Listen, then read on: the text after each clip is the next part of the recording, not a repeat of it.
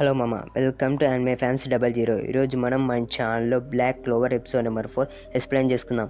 Last episode number 3లో Asta Yuno ఒక long journey తర్వాత రాయల్ క్యాపిటల్ దగ్గరికి చేరుకుంటారు. దాని తర్వాత ఎపిసోడ్ నెంబర్ 4లో ఆస్థా యూనో క్లోవర్ కింగ్డంలోకి ఎంటర్ అయ్యి అక్కడున్న షాప్స్ అవి ఇవి చూస్తుంటారు. అక్కడ ఉన్న వాళ్ళ విలేజ్లో కన్నా ఎక్స్పెన్సివ్గా ఉన్నాయని ఆస్థా రాయల్ క్యాపిటల్ వైపు చూసి విజార్డ్ కింగ్ ఎక్కడ ఉంటాడు అని ఆ క్యాజిల్ వైపు చూసి ఖచ్చితంగా ఒకరోజు ఆ క్యాజిల్ నాదవుతుంది, అంటే యూనో నాది ఆ క్యాజిల్ అని అంటాడు. అప్పుడు ఆస్థా ఏం బాధపడాక అందులో నువ్వు కూడా ఉండొచ్చులే, అంటే యూనో అది నేను చెప్పాల్సిందే అని అంటాడు. అలా ఫన్ గా మాట్లాడుకుంటూ ఉండగా పక్కన ఒక అమ్మాయి పిల్లల్ని షాపింగ్ కి తీసుకొచ్చి ఉంటుంది. తనని గుర్తెట్టుకోండి, రానున్న ఎపిసోడ్స్ లో మాట్లాడుకుందాం. అది చూసేసరికి ఆస్థాకి సిస్టర్ లిల్లీ గుర్తొచ్చి నేను లేకపోయేసరికి సిస్టర్ లిల్లీ నన్ను మిస్ అవుతుంటుంది అని అంటే యూనో అంత సీన్ లేదులే అని ఎంట్రన్స్ ఎగ్జామ్ జరుగుతున్న వైపు వెళ్తారు. దాని తర్వాత మనం సిస్టర్ లిల్లీ ఆ బుడ్డోని చూస్తాం. ఆ బుడ్డోడు ఆస్థా లేకపోయేసరికి చర్చ్ ప్రశాంతంగా ఉందని అంటే సిస్టర్ లిల్లీ ఆస్థా యూనోల గురించి వరి అవుతూ Aastha Uno do your best అని అనుకుంటుంది. దాని తర్వాత ఆస్థా యూనో ఆ ఎంట్రన్స్ ఎగ్జామ్ జరుగుతున్న ప్లేస్ దగ్గరికి ఎంటర్ అవుతారు. ఎంట్రన్స్ ఎగ్జామ్ జరుగుతుందని అక్కడికి చాలా మంది ప్రజలు వచ్చింటారు. అప్పుడు ఆస్థా యూనో లోపలికి వెళ్తుంటారు. ఆస్థాకి ఆ చుట్టుపక్కల తెలిసిన వాళ్ళు ఎవరు లేకపోయినా అందరితో నేను నా బెస్ట్ ఇస్తా అని అక్కడ నుంచి వెళ్తాడు. లోపలికి వెళ్ళాక ఒక వ్యక్తి అందరిని లైన్లో నిలబెట్టి ఒక్కొక్కరి గ్రీమరీని చెక్ చేస్తూ వాళ్ళకి టోకెన్స్ లా నెంబర్స్ ఇస్తుంటాడు. అప్పుడు యూనో తన గ్రీమరీని ఆ వ్యక్తికి చూపిస్తే ఆ వ్యక్తి 4 లీఫ్ గ్రీమరా అని షాక్ అవుతాడు. యూనోకి టోకెన్ నెంబర్ 164 వచ్చి ఉంటుంది. అప్పుడు ఆస్థా వచ్చి గ్రీమరీని చూపిస్తే ఆ గ్రీమరీ మురికిగా ఉండడం వల్ల అది ఎన్ని లీఫ్ల గ్రీమరో ఆ వ్యక్తికి అర్థం కాదు. అప్పుడు ఆస్థా చూడు అని ఇబ్బంది పెడుతుంటే ఆ వ్యక్తి ఆస్థాను తట్టుకోలేక 165 నెంబర్ ఇచ్చి అక్కడ నుంచి పంపిస్తాడు. దాని తర్వాత ఎంట్రన్స్ ఎగ్జామ్ జరిగే మెయిన్ ప్లేస్ ని చూస్తాం.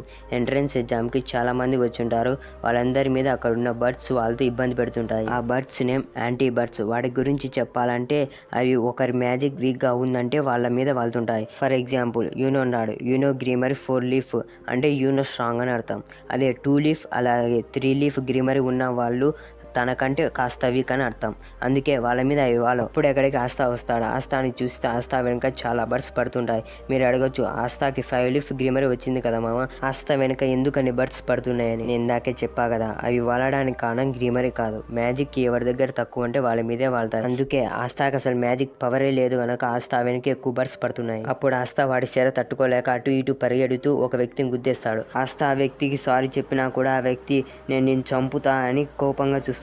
ఆస్థా ఆ వ్యక్తిని చూసి నా ఏజేనా అని అనుకుని ముందు భయపడినా మళ్ళీ ఫ్రెండ్లీగా మాట్లాడాలని డిసైడ్ అయ్యి ఆ వ్యక్తి భుజం మీద చేయి వేసి చూడడానికి నువ్వు నాకంటే పెద్దవాళ్ళ ఉన్నావు, నువ్వు నీ లైఫ్ లో చాలా కష్టాలు అనుభవించినట్లున్నావు అని అంటే ఆ వ్యక్తి ఆస్థా తల పట్టుకొని నలుపుతూ నువ్వు చావడానికి రెడీగా ఉన్నట్లున్నావు అని మాట్లాడుతూ ఉండగా అప్పుడే అక్కడికి ఆస్థా తల పట్టుకొని నలుపుతున్న వ్యక్తిని వెతుక్కుంటూ ఇద్దరు వస్తారు. ఒకరి పేరు ఫిన్రల్ రోల్కాస్, క్యాప్ పెట్టుకున్న వ్యక్తినేమో గార్డన్ అగ్రిప్పా. ఆ ఫిన్రల్ మ్యాజిక్ అనేది రేర్ మ్యాజిక్. ఆ మ్యాజిక్ ని మనం రానున్న ఎపిసోడ్ లో చూసి తెలుసుకున్నాం. అప్పుడు ఆ ఫిన్రల్ ఏమో అక్కడ ఉన్న అమ్మాయితో పులిహోర కలుపుతుంటాడు.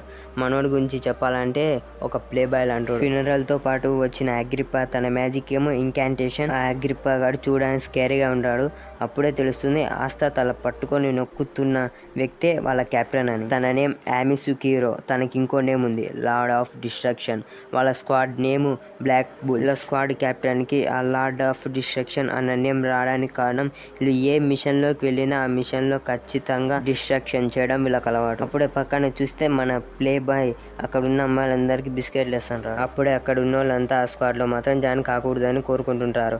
అప్పుడే పక్కన యామి ఆస్థా తల పట్టుకొని నలుపుతుంటే ఆస్థా గట్టిగా నొప్పికి తట్టుకోలేక అరుస్తుంటాడు. అప్పుడే ఆస్థా యామి హ్యాండ్ ని పట్టుకొని తన బలం మొత్తం చూపించి ఆ హ్యాండ్ ని నలపడానికి ట్రై చేస్తుంటే యామి 10 నుంచి 1 వరకు ఎంచి ఆస్థా తలని నలిపేద్దామని అనుకుంటాడు.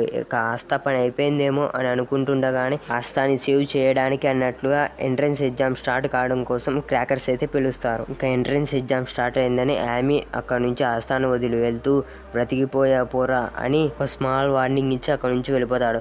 అప్పుడు ఆస్థా దగ్గర వస్తాడు. వాడి పేరు సెకి. వాడొచ్చి ఆస్థాకి తనను పరిచయం చేసుకుంటాడు. ఆస్థా కూడా తనని తాను పరిచయం చేసుకుంటాడు. అప్పుడే 8 స్క్వాడ్ క్యాప్టెన్స్ ఎంట్రీ ఇస్తారు. అందరు క్యాప్టెన్ ఎబిలిటీస్ గురించి నేను టైం తీసుకొని ఒక వీడియో అయితే చేస్తాను. ఇప్పుడైతే మనం వాళ్ళ నేమ్స్ అయితే తెలుసుకుందాం. First captain Nozel Silver, second captain Fuegoleon Vermillion, third captain Jack the Ripper, fourth captain Charlotte Roselei, fifth captain Gueldre Poizot, 6th captain Dorothy Unsworth, 7th captain Rill Boismortier, ఇక 8th captain William Vangeance, ఇక 9th and last captain Yami Sukehiro. అప్పుడు William యామితో, ఇది ఎంతో important exam, ఇది youth future ని decide చేసేది, కాస్త సీరియస్ గా ఉండు అని హెచ్చరిస్తాడు. ఈ అందరి మ్యాజిక్ నైట్ కెప్టెన్ల స్ట్రెంత్ 100 మేజర్స్ తో సమానం. మేజర్స్ అంటే సింపుల్ గా చెప్పాలంటే మ్యాజిక్ ఉన్న వాళ్ళని మేజర్స్ అంటారు అంతే. అప్పుడు ఆస్తా అక్కడ విజర్డ్ కింగ్ ఏమైనా ఉన్నాడని వెతుకుతుంటాడు. విజర్డ్ కింగ్ రాలేక తన బదులు మ్యాజిక్ నైట్ స్క్వాడ్ ల కెప్టెన్లను పంపించుంటాడు. అప్పుడు విలియం అందరినీ అలెక్ట్ చేసి ఎగ్జామ్ ని కండక్ట్ చేస్తూ తన గ్రీమరీని తీసి మ్యాజిక్ ట్రీ అని అనగానే ఆకాశంలో మబ్బులు కమ్ముకుంటాయి. చూస్తుండగానే ట్రీ రూట్స్ ఆకాశంలోని మేఘాల నుంచి వచ్చి ప్రతి ఒక్కరికి బ్రామ్ స్టిక్స్ ఇస్తాయి. అప్పుడు విలియం ఈ టెస్ట్ పాస్ అయితే ఆ 9 స్క్వాడ్ కెప్టెన్స్ వాళ్ళ పర్ఫార్మెన్స్ ని చూసి ఆ కెప్టెన్లకి ఎవరి మ్యాజిక్ బెస్ట్ అని అనిపిస్తే వాళ్ళని సెలెక్ట్ చేసుకుంటారు. సెలెక్ట్ చేసుకున్న స్క్వాడ్ కెప్టెన్ ఎవరినైతే సెలెక్ట్ చేసుకుంటాడో వాళ్ళు ఆ స్క్వాడ్ లో జాయిన్ కావచ్చు. అదే ఒకవేళ ఒక్క స్క్వాడ్ కాకుండా 2 స్క్వాడ్లు ఒక వ్యక్తిని సెలెక్ట్ చేసుకుంటే ఆ సెలెక్ట్ చేసుకున్న వ్యక్తి ఆ 2 స్క్వాడ్లలో ఏ స్క్వాడ్ కు వెళ్ళాలనుకుంటే ఆ స్క్వాడ్ కి వెళ్ళాలి. అదే ఒకవేళ ఒక్క కెప్టెన్ కూడా వాళ్ళని చూస్ చేసుకోకపోతే వాళ్ళు ఎగ్జామ్ లో క్వాలిఫై కానట్లే అని ఇంకా ఫస్ట్ ఎగ్జామ్ స్టార్ట్ చేస్తారు. వాళ్ళకిచ్చిన బ్రామ్ స్టిక్లని వాడి మ్యాజిక్ ద్వారా ఎగరాలి. దీని గురించి మీకు అర్థమయ్యేలా చెప్పాలంటే ఎవరికైతే వాళ్ళ మ్యాజిక్ మీద ఫుల్ కంట్రోల్ ఉంటుందో వాళ్ళు మాత్రమే ఆ బ్రామ్ స్టిక్ మీద ఎగరగలరు. ఫర్ ఎగ్జాంపుల్ సోలో లెవెలింగ్ లో సంగ్ జిను రూలర్ అథారిటీ స్కిల్ తెలుసు కదా, తను ఆ స్కిల్తో ఏ దాన్నైనా గాలిలోకి లేపగలడు. అలాగే వీళ్ళు ఇక్కడ వాళ్ళ మ్యాజిక్తో ఆ బ్రామ్ స్టిక్ మీద ఎగరాలి.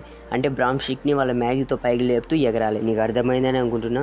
Okay, back to the episode. అప్పుడు అలా ఎగరడం వల్ల యూజ్ ఏంటో విలియం వాళ్ళతో చెప్తాడు. ఏదైనా మిషన్ ఇచ్చినప్పుడు మేజర్స్కి ఆ బ్రామ్ స్టిక్ మీద ఎగురుకుంటూ ఆ మిషన్కి వెళ్ళడానికి యూజ్ అవుతుందని చెప్పి ఎగ్జామ్ని స్టార్ట్ చేయమంటారు. చూస్తే అంతా ఆ బ్రామ్ స్టిక్ మీద ఈజీగానే ఎగురుతుంటారు, కానీ సరిగ్గా కూర్చోలేకుంటారు. ఈ ఎగ్జామ్ వల్ల యూజ్ ఏంటి మామా అంటే కెప్టెన్లకి ఇప్పుడు వచ్చిన వాళ్ళు వాళ్ళ మ్యాజిక్ మీద ఎంత కంట్రోల్లో ఉన్నారో అన్నది కాస్త అవగాహన వస్తుంది కెప్టెన్లకి. అప్పుడు కెప్టెన్స్ ఈ ఇయర్ ఎవరైనా మంచి క్యాండిడేట్ ఎవరైనా దొరుకుతారేమోనని వెతుకుతుంటారు. అప్పుడే మనం యూనోని చూస్తాం. యూనో ఆ బ్రామ్ స్టిక్ మీద తన మ్యాజిక్ ని వాడి ఈజీగా ఎగరగలుగుతుంటాడు. అందరు కూర్చొని ఆ బ్రామ్ స్టిక్ మీద ఎగరనీకి ఇబ్బంది పడుతుంటే యూనో ఆ బ్రామ్ స్టిక్ మీద నిలబడి ఎగురుతుంటాడు. ఒక తిక్కు ఆస్తాని చూస్తే ఆస్తాకి మ్యాజిక్ లేనందున ఆ బ్రామ్ స్టిక్ మీద అసలు ఎగరలేకుంటాడు. అప్పుడు లయన్ కింగ్స్ కెప్టెన్ ఆస్తాని చూసి మ్యాజిక్ ఎంత ఉన్న బ్రామ్ స్టిక్ మీద ఎగరగలరు కదా అన్న డౌట్ వస్తుంది. అప్పుడు అక్కడి నుంచి నోజెల్ వెళ్ళిపోతాడు.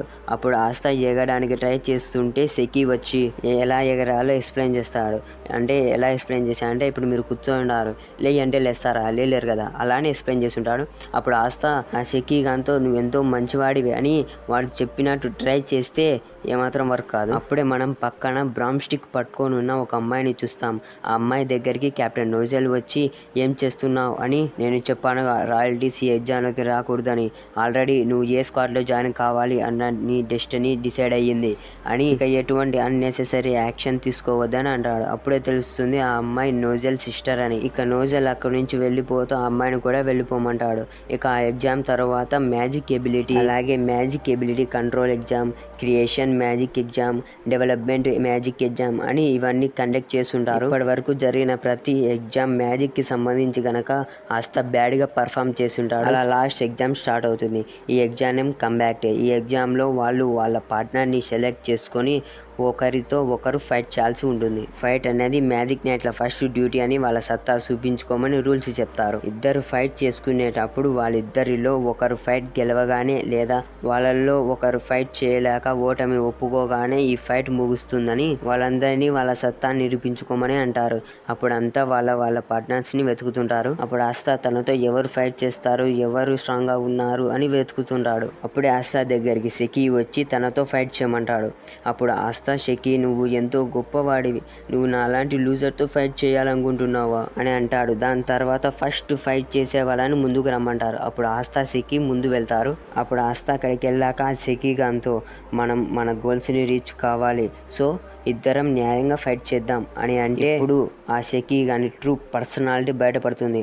వాడు ఆస్తాతో పొగరుగా మాట్లాడుతూ, నువ్వేం కష్టపడాకు, యూ ఫిల్తీ లిటిల్ ర్యాట్ అని. మ్యాజిక్ పవర్ లేని ఆస్తాతో ఇప్పటి వరకు ఫ్రెండ్లీగా ఉండడానికి కారణం ఆస్తాకి మ్యాజిక్ లేదు కనుక. షకీగాడు ఆస్తా పక్కన ఉండడం వల్ల ఆస్తా వల్ల షకీగాడి మ్యాజిక్ పవర్ గొప్పగా కనిపిస్తుందని అందుకే ఆస్తాతో ఫ్రెండ్లీగా ఉన్నట్లు నటించుంటాడు. అప్పుడు ఆ షకీగాడు ఆస్తాతో నువ్వు మ్యాజిక్ నైట్ లో జాయిన్ కాగలేవు, నీ బదులు నేను మ్యాజిక్ నైట్ లో జాయిన్ అవుతా అని ఆస్తా ఎక్కడి నుంచి వచ్చాడో అక్కడికి వెనక్కి తిరిగి వెళ్ళిపోమంటాడు. ఇక ఆ షకీగాడు ఫైట్ కి రెడీ అవుతారు. అప్పుడు పక్కన ఉన్నోళ్ళు షకీగాడు వీక్ గా ఉన్నవాడిని ఎంచుకున్నారని కాస్త అసూయపడుతుంటారు. ఫైట్ స్టార్ట్ చేస్తే ఆ షకీగాడు మ్యాజిక్ ని వాడి మ్యాగ్నమ్ క్యానన్ బాల్ అనే దాన్ని అడ్డు పెట్టుకుంటాడు. ఆ మ్యాజిక్ క్యానన్ బాల్ అనేది ఆ షకీగాడిని ప్రొటెక్ట్ చేస్తూ ఆ బుల్లెట్లని షూట్ చేస్తుందంట.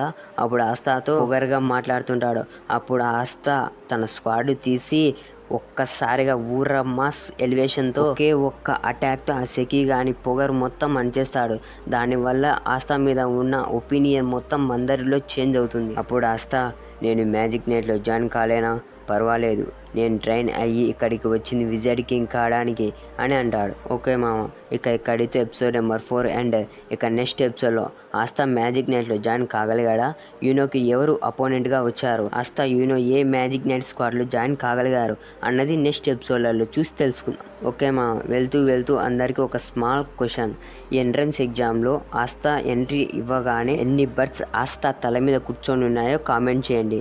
అలాగే మా ఛానల్ సబ్స్క్రైబ్ చేసి బెల్ ఐకాన్ ఆన్లో పెట్టుకోవడం మాత్రం మర్చిపోకండి. అలాగే ఈ వీడియోకి ఒక లైక్ కొట్టి మీ ఫ్రెండ్స్కి షేర్ చేసి సపోర్ట్ చేయండి.